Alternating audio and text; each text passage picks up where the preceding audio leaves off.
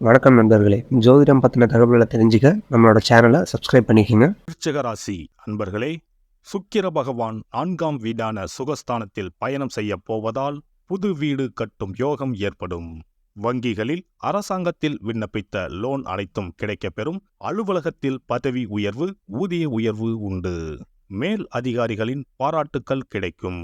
வண்டி வாகனம் வாங்கும் போது மட்டும் சற்று கவனம் தேவை. திருமணம் செய்ய காத்திருப்போருக்கு நல்ல வாழ்க்கை துணை அமையும். புரிதல் இல்லாமல் பிரிந்து இருந்த கணவன் மனைவி ஒன்று சேர்வார்கள். ஒருவரை ஒருவர் புரிந்து கொண்டு அனுசரித்து செல்வார்கள். வாழ்க்கை பயணம் இனி சிறப்பாக இருக்கும். சொந்த வீடு அல்லது 2 வருடத்திற்கு மேலாக ஒரு வாடகை வீட்டில் வசித்து வந்தால் அந்த வீட்டில் ஒரு கணபதி பூஜை செய்யுங்கள். இவ்வாறு செய்வதனால் தீய சக்தி செயல் இழந்து பாசிட்டிவ் எனர்ஜி உங்களை சுற்றி இருக்கும். வீட்டிற்கு தேவையான பொருட்களை வாங்கி மகிழ்வீர்கள். ஆடை ஆபரணங்களை பெண்கள் வாங்கும் யோகம் உண்டு. புது இடம் வீடு வாங்கவோ அல்லது புதுப்பிக்கவோ செய்யலாம். பயணங்களால் ஆதாயம் உண்டு. வெளியூர் வெளிநாடு பயணங்கள் மேற்கொள்வீர்கள். தொழிலில் உள்ள மந்தத்தன்மை நீங்கி சூடு பிடிக்கப் போகிறது. தொழிலில் லாபம் இரட்டிப்பாகும். பணவரவு அமோகமாக திருப்தி தரும். தொழில் விருத்தி உண்டாகும். புதிய கிளைகள் திறக்க உகந்த நேரம் இது. பணியாளர்கள் தங்கு தடையின்றி கிடைப்பார்கள். அரசாங்க வகையில் எதிர்பார்த்த சலுகைகள் கிடைக்கப் பெறுவீர்கள். உடல் ஆரோக்கியம் சிறப்பாக இருக்கும். தாயாரின் உடல்நிலை இப்போது சீராகும். வாகனங்களில் செல்லும் போது மட்டும் சற்று கவனம் தேவை. மாணவர்கள் ஆசிரியர் கூறுவதை பின்பற்றி செயல்பட்டால் தேர்வில் நல்ல மதிப்பெண் பெற்று தேர்ச்சி அடையலாம். நட்சத்திர பலன்கள். விசாகம் 4ஆம் பாதம். சில காரியங்கள் எதிர்மறையாக நடக்கும். நீங்கள் இதுவரை எதிர்பார்த்த காரியங்கள் எல்லாம் இழுபறியாக நிறைவேறாமல் இருந்தாலும் ஏதோ ஒரு வகையில் எப்படியும் நடந்துவிடும் என்ற நம்பிக்கை இருக்கும். அனுசம் நட்சத்திரம். பழகும் மனிதர்களின் வார்த்தைகளை நம்புவதா வேண்டாமா என்று சமயத்தில் சந்தேகம் ஏற்படலாம். வாழ்க்கையில் பிடிப்பும் ஆர்வமும் இல்லாமல் சலிப்பு ஏற்பட்டாலும் எந்தவித பாதிப்பும் உண்டாகாது. கேட்டை நட்சத்திரம். குடும்பத்தில் நிலவி வந்த பிரச்சனைகள் மறையும். சிலருக்கு திருமணம் மற்றும் சுப நிகழ்ச்சிகள் நடப்பதில் தாமதம் ஏற்படும். யாருக்கும் வாக்கு கொடுக்கும் முன் ஆலோசனைகள் செய்து கொள்ளவும். பெருமாளை தரிசித்து வணங்கி வர எதிர்பார்த்த காரிய அனுகூலம் உண்டாகும். கொடுக்கல் வாங்கல் சீர்படும்.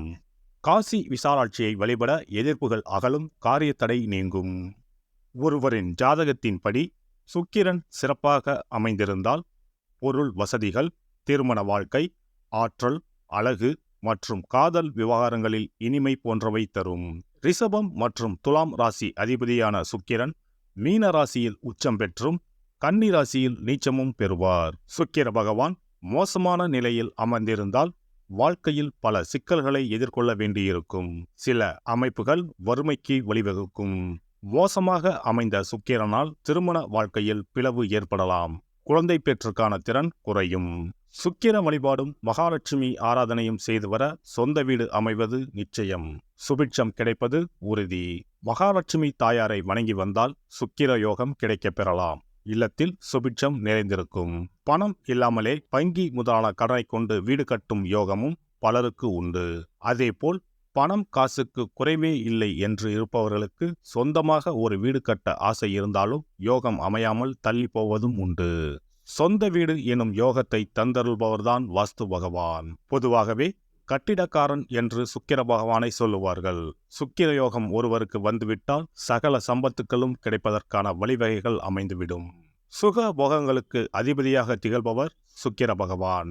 வெள்ளிக்கிழமைகளிலும் ஞாயிற்றுக்கிழமைகளிலும் நவகிரகத்தில் உள்ள சுக்கிர பகவானுக்கு தீபமேற்றி 9 முறை நவகிரகத்தை வலம் வந்து வேண்டி வந்தால் சுகபோக வாழ்க்கையை தந்தருள்வார் சுக்கிர பகவான். ஒருவருடைய ஜாதகத்தில் சுக்கிர பகவான் உச்சமாக இருந்தால் இந்திரலோகத்துக்கு இணையான மிக பிரம்மாண்டமான வீடு அமையும் என்பது ஐதீகம். சுக்கிர பகவானையும் மகாலட்சுமி தாயாரையும் உரிய ஸ்லோகங்கள் சொல்லி தொடர்ந்து வேண்டி வந்தால் வீடுமனை யோகம் நிச்சயம் அமையும் என்கிறது சாஸ்திரம். வெள்ளிக்கிழமை என்பதை சுக்கிர வாரம் என்று சொல்லுவார்கள். வெள்ளிக்கிழமைகளில் காலையும் மாலையும் விளக்கேற்றி சுக்கிர ஸ்லோகம் சொல்லியும் ஸ்ரீ மகாலட்சுமி சோஸ்திரம் பாராயணம் செய்தும் வரவேண்டும். ஸ்ரீ கனகதாரா சோஸ்திரம் பாராயணம் சொல்லியும் மகாலட்சுமி அஷ்டோத்திரம் சொல்லியும் வேண்டிக் கொள்ளலாம். அருகில் உள்ள ஆலயத்திற்கு சென்று நவக்கிரகத்தில் உள்ள சுக்கிர பகவானை மனதார வேண்டிக் கொண்டு 9 முறை சுற்றி வந்து பிரார்த்தனைகள் மேற்கொள்ள வேண்டும்.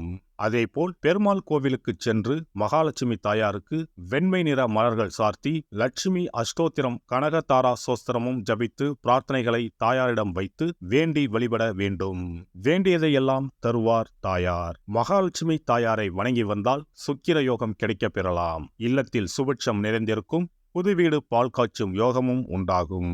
ஜாதகத்தில் சுக்கிரன் வலுவாக இல்லையெனில் வெள்ளிக்கிழமைகளில் சுக்கிர பகவானுக்கு மிகவும் விருப்பமான வெள்ளை அல்லது இளஞ்சிகப்பு ஆடைகளை அணிய வேண்டும். இதனால் சுக்கிரனின் தீங்கு புலன் குறையும்.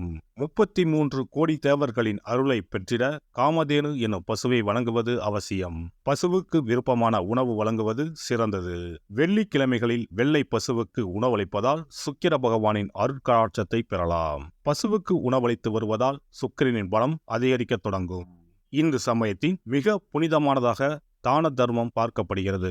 சுக்கிரனின் அருள் பெற வெள்ளிக்கிழமைகளில் கோவிலுக்கு சென்று வழிபட்டு வருவது நல்லது. உங்களால் முடிந்த அளவுக்கு தான தர்மங்கள், அன்னதானம், நன்கொடைகள் வழங்குவது மிக நல்லது.